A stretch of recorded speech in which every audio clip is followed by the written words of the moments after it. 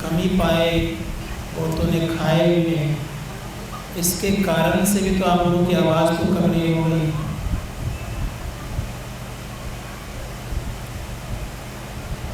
मैं निवेदन करूंगा कि थोड़ा सा घर से जो खाक आए उसी ऊर्जा को लगा दीजिए, बाद में जो प्रसाद मिलेगा बस आप लोग खा लीजिए। बोलिए प्रेम से श्री सद्गुरु महाराज की जय। एक बार और श्री सद्गुरु महाराज की जय। ब्रह्मानंदं परम सुखदं केवल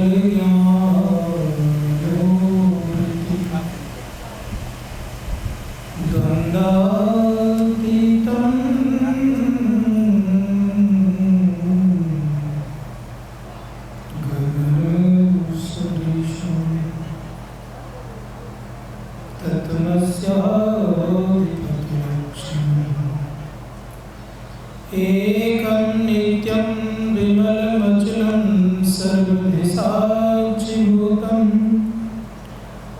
भावातीतं त्रिगुणरहितं शिवं तं नमामि। मंगलमूर्ति सद्गुरु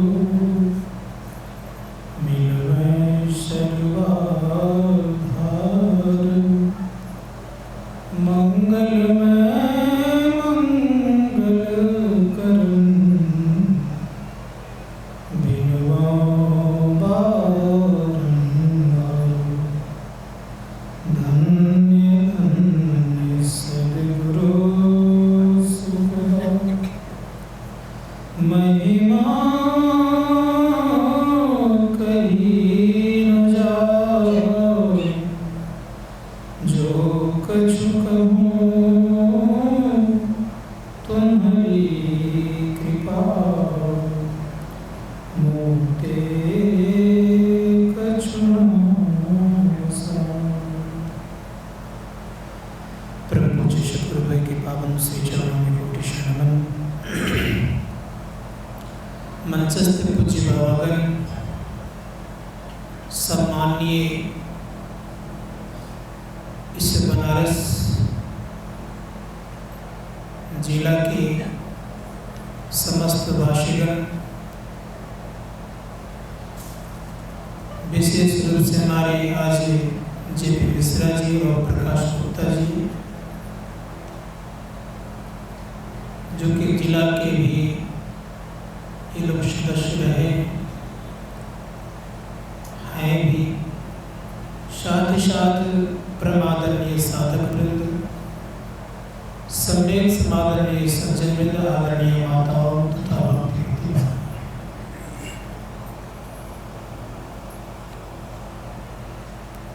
आज सप्ताह ध्यान साधना शिविर का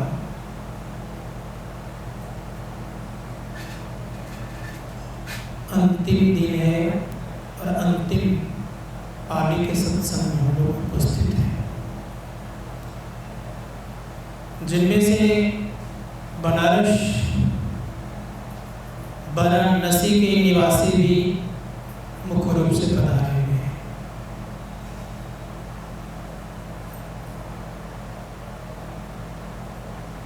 इस बात को मैं कहना चाहूँगा कि आदरणीय मनीष जी ने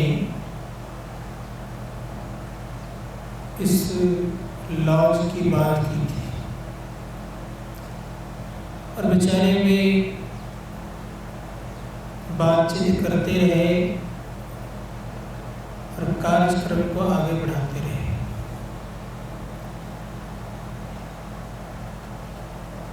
बढ़ते बढ़ते आज बढ़ करके घटने के कगार पर है।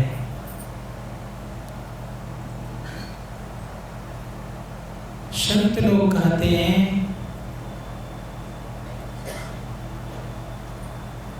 कि दिन भले ही बढ़ करके घट जाए, लेकिन अंतर साधना जब बढ़ता है तो घटता नहीं, सदा बढ़ता ही रहता है। गुरु महाराज ने जब प्रथम अखिल भारतीय शुरू किया था तो मुट्ठी भर लोग थे। एक पुस्तक में पढ़ा था कि बहुत कम लोग थे।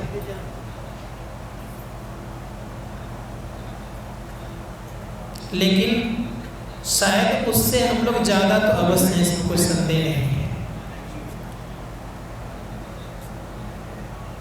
संत महात्मा गण कहते हैं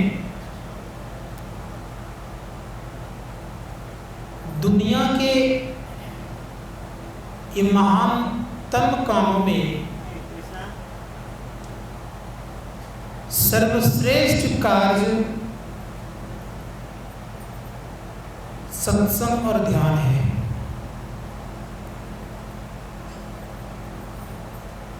क्योंकि ये सत्संग और ध्यान किसी लोकांतर में नहीं मिलता है। जब कभी ये सत्संग ध्यान मिलता है किन्हीं को तो मानव लोक में ही, और बाकी किसी लोकांतर में सत्संग ध्यान नहीं मिलता है। शास्त्रकार कहते हैं सत्संग ध्यान करने से सबसे पहले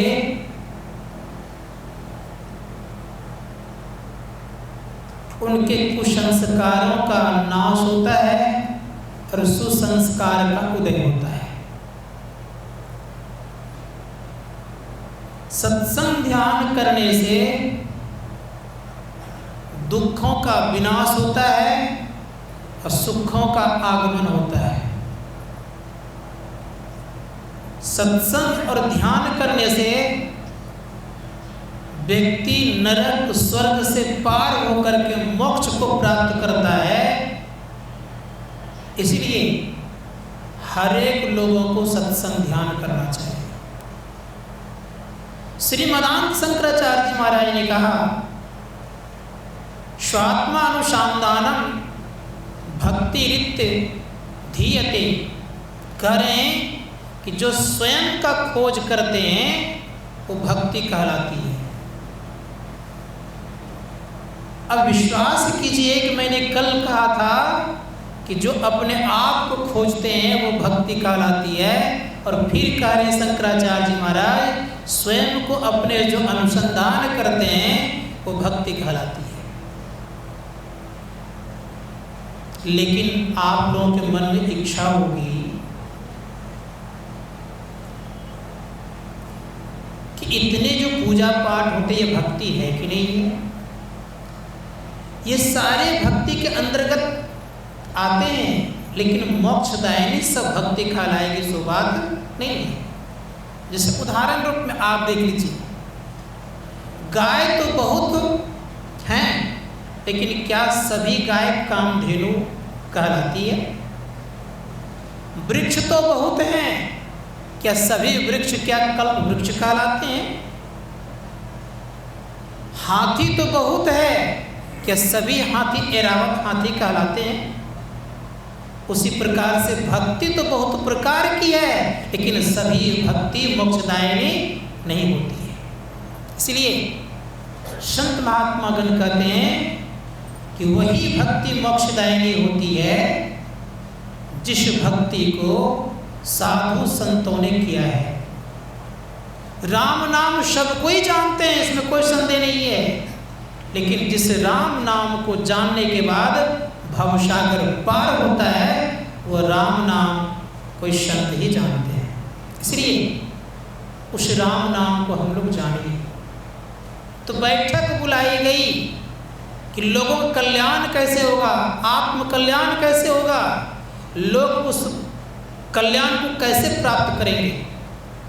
तो बैठक में हमारे ऐसे लोग नहीं थे, वहाँ शिव थे, अज थे, शिव अज सुखदेव मुनि थे, सनक सनंदन सनातन कुमार और सनत कुमार थे, सनातन और सनत कुमार थे, और जो मुनि ब्रह्म विचार में प्रवीण थे ये सारे के सारे उस बैठक में भाग लिए गए। सबों ने क्या कहा? शिव अज सुख सनकादि के नारद जे मुनि ब्रह्म विचार विशारद, शब कर मत खग नायक यहा, करिए राम पद पंकज नेहा। सबों का मत क्या है कि राम के चरणों में प्रेम होना चाहिए। राम राम शब्द कोई कहे, राम न चिन्ह कोई, राम नाम चिन्ह सदगुरु मिले नाम कहावे सुने। सब कोई राम राम कहते हैं। हम आप लोग अच्छी तरह जानते हैं, एक जगह तो बरसों से अखंड कीर्तन चल रहा है, राम धुन चल रहा है, लेकिन उस अखंड कीर्तन के द्वारा एक तंदुल पानी नहीं सुखा पाए। यद्यपि गोस्वामी तुलसीदास जी महाराज कहते हैं कि नाम लेत भव सिंधु सुखाई, नाम लेने पर भव सिंधु सुख जाता है। तो जो बरसों से अखंड कीर्तन चल रहा है उससे क्यों न सूख गया? क्या वजह है? संत लोग कहते हैं यही वजह है कि उस राम नाम को हम जान नहीं पाए। वो राम नाम कहाँ है? का सबके घट में। उस राम नाम से कोई घट खाली नहीं है। इसलिए शास्त्रकार कहते हैं उस राम नाम को जान जाएंगे तो इस राम को भी अच्छी तरह से आप जान जाएंगे। इसलिए उस राम नाम को जानाने के लिए क्या कहा? कहा कि उनके चरणों में प्रेम करना चाहिए। उनका चरण कहाँ है? मंदिरों में हम जाते हैं, भगवान की मूर्ति को देखते हैं, उनके चरण दिखते, वही चरण है। अगर यही चरण होता तो महर्षि में ब्रह्मा जी महाराज कहते हैं गुरु हरि चरण में प्रीति हो, युग काल क्या करे, कछुए की दृष्टि हो जंजाल क्या करे। गुरु और हरि का चरण एक है। वो कौन सा चरण है? तो कहा बिंदु रूप चरण को जो पकड़ लेता है वो भव सिंधु से बेड़ा पार उनका लग जाता है। इसलिए बिंदु रूप चरण को पकड़िएगा जिस दिन, उसी दिन भव सिंधु से हमारा आपका बेड़ा पार हो जाएगा। उस बिंदु में क्या होता? तो सब कोई जानते हैं कि बिंदु का उत्पत्ति शब्द से है। बिना शब्द से बिंदु बनता नहीं। अर्थात वाइब्रेशन, कोई कलम पकड़ते हैं तो उसमें वाइब्रेशन होता, आवाज़ होती है। भले हम उस आवाज़ को सुन नहीं पाते लेकिन लिखते वक्त जरूर वाइब्रेशन होता है। और जैसे पॉइंट शुरुआत होता है पॉइंट से अर्थात बिंदु से, और अंत भी होता है बिंदु से। कोई चित्र को बनाते हैं तो बिंदु से शुरू होता है और अंत भी कहाँ से होता है? बिंदु से।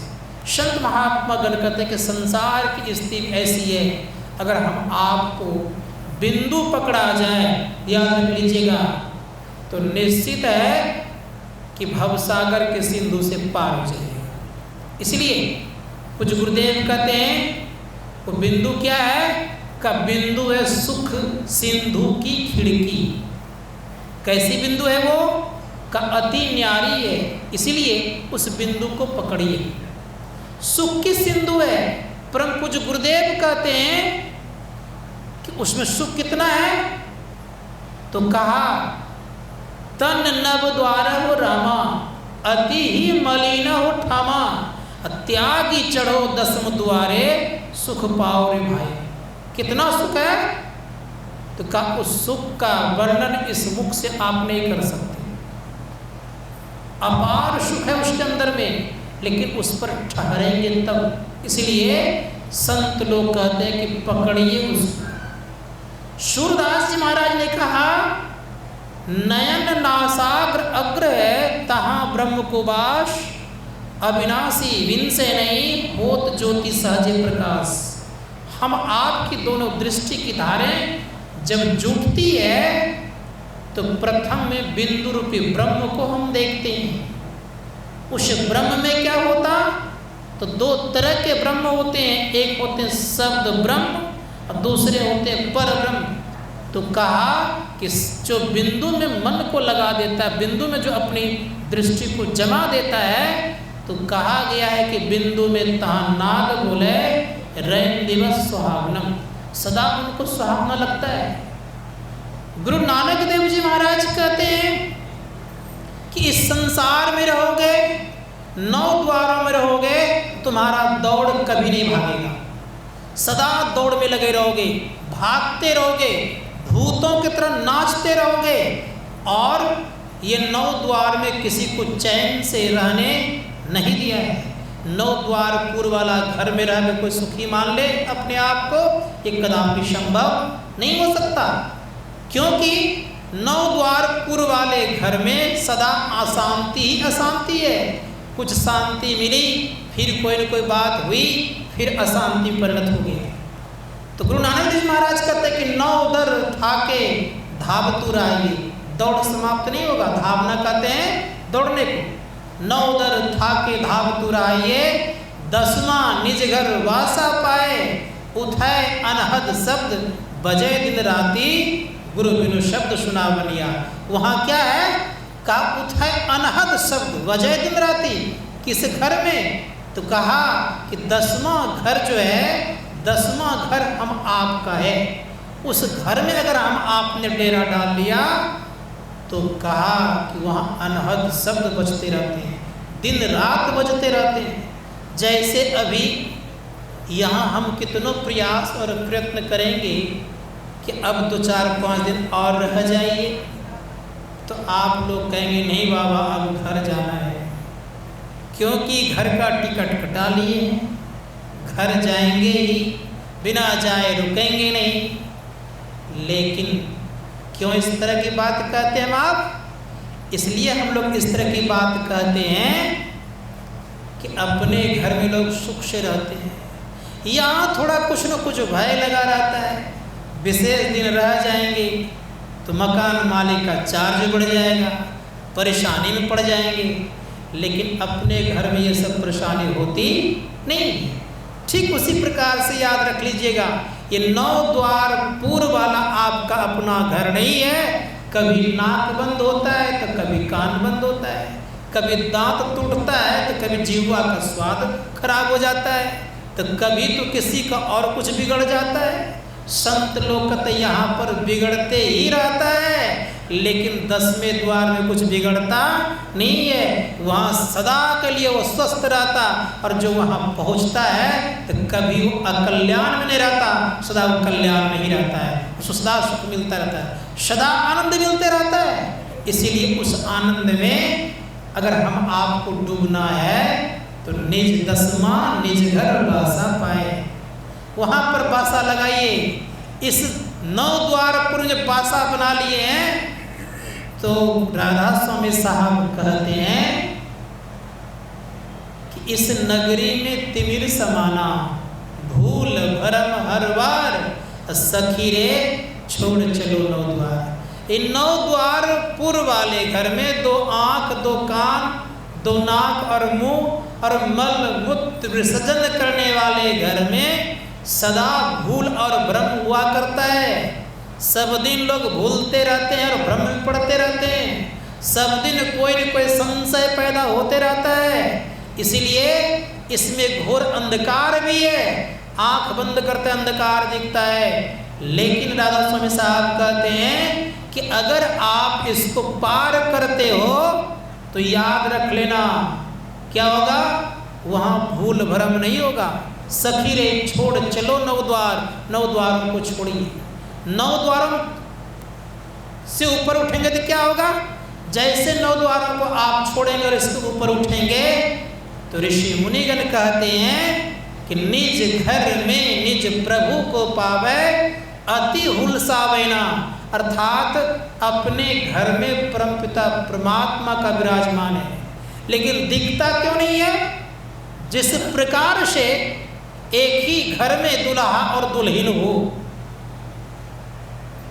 दुल्हन के ऊपर घूंघट लगा हुआ हो तो उन चेहरों को दुल्हा देख नहीं सकता, ये दुल्हन भी अपने दुल्हा को नहीं देख सकते, पति को नहीं देख सकते।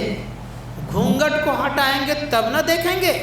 कहते ठीक उसी प्रकार से याद रख लीजिएगा, इस जीवात्मा के ऊपर 3 घूंघट है। पहला घूंघट है अंधकार का, दूसरा घूंघट है प्रकाश का और तीसरा घूंघट है शब्द का। इन तीनों घूंघटों को जब जीव हटा देगा तो परमपिता परमात्मा रूपी दुल्हा से मुलाकात हो जाएगा, सदा के लिए सुखी हो जाएगा। श्री सद्गुरु महाराज जी की। संत महात्मा गण कहते हैं इसी घूंघट को हटाने की व्यवस्था ये संत मत सत्संग की और ध्यान की व्यवस्था की गई थी। जो इस सत्संग और ध्यान में मन लगा के थोड़ा देर भी किए होंगे तो आज नोट कर लीजिएगा कितना पुण्य होगा।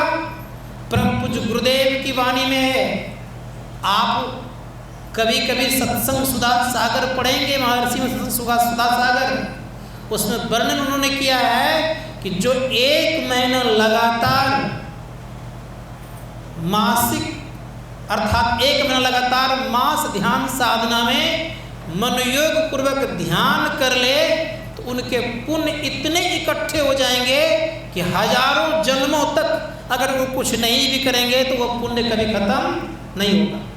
और इस बात को भी नोट कर लीजिएगा कि यह पुण्य ऐसा है कि किसी भी परिस्थिति में खराब नहीं होता, खत्म नहीं होता और तब तक बरकरार रहता है जब तक कि आपको परमपिता परमात्मा की प्राप्ति ना करा दे। और प्रकार का जो पुण्य है वो भोगने पर समाप्त हो जाता, लेकिन सत्संग और ध्यान का पुण्य कभी समाप्त होता नहीं। श्री संत महात्मा गण कहते हैं मन योग पूर्वक करते रहिए। मैं तो कह रहा था कि बिंदु में नाद बोले, नाद को सुनिए। नाद आपका अपना शब्द है और अपने शब्द को जिस दिन सुन लीजिएगा उसी दिन आप परमपिता परमात्मा को प्राप्त कर लीजिएगा। दुखी क्यों है जी? मैं आप लोगों के एक एग्जाम्पल उदाहरण देता हूँ। बरसों से माताएं अगर मैके नहीं गई हैं, कोई खबर नहीं मिला हुआ हो, कोई खोज खबर नहीं करता हो, और वहाँ से कोई एक व्यक्ति आ जाए आपको बढ़िया से माता पिता की बात सुनाए, आपको खुशी होगी कि नहीं होगी? उसी प्रकार से हम तमाम लोगों का माता पिता कौन है? वह परम पिता परमात्मा। उसका अगर संदेश वाहक रूप में अगर शब्द मिलता है ये जीव बड़ा आनंदित होता है। इसलिए संत कबीर साहब ने कहा भजन में होत आनंद आनंद, बरसत अमिरस बादर, भीगत है कोई संत, भजन में होत आनंद आनंद। सदा आनंद मिलता है, इसलिए इस आनंद की तरफ अगर चलेंगे तो संसार का विषय आनंद छोड़ने का मन कर देगा और सदा के लिए छोड़ भी देंगे। इसलिए संत लोग कहते हैं कि विषय आनंद में उतना सुख नहीं, लेकिन सबसे ज़्यादा सुख कहाँ? तो कहा भजनानंद में, और उससे विशेष सुख कहाँ? तो कहा परमानंद में। अर्थात जब भजन करेंगे तो एक न एक दिन परमानंद की प्राप्ति हो जाएगी, सदा के दुखों से आप मुक्त हो जाएंगे। इसलिए हम आपको सदैव याद रखिए कि मन लगा करके घर में जाएंगे, यह कार्य करते रहिएगा। कौन सा कार्य? जिस कार्य के लिए आप घर द्वार, जमीन जायदाद, रुपया पैसा, बाल बच्चे को छोड़ छाड़ करके यहाँ आए, इसी कार्य को घर में भी बरकरार बना के रखिएगा। अगर बरकरार बना के रखेंगे तो परम पूज्य गुरुदेव कहते हैं कि यह संस्कार आपके ऊपर पड़ेगा और एक न दिन यह संस्कार आपके जीवन में ऐसा रंग ला देगा कि नहीं भी चाहेंगे भक्ति करना तब भी आपको जबरदस्ती भक्ति करनी पड़ेगी। इसीलिए संत महात्मा गण कहते हैं कि मन लगा कर के इसको करते रहिएगा, ये संस्कार आपको खींचते रहेगा। पहले स्वयं करना पड़ता है, बाद में भक्ति स्वयं खींचने लग जाता है। समझ गए? इसलिए पहले कीजिए।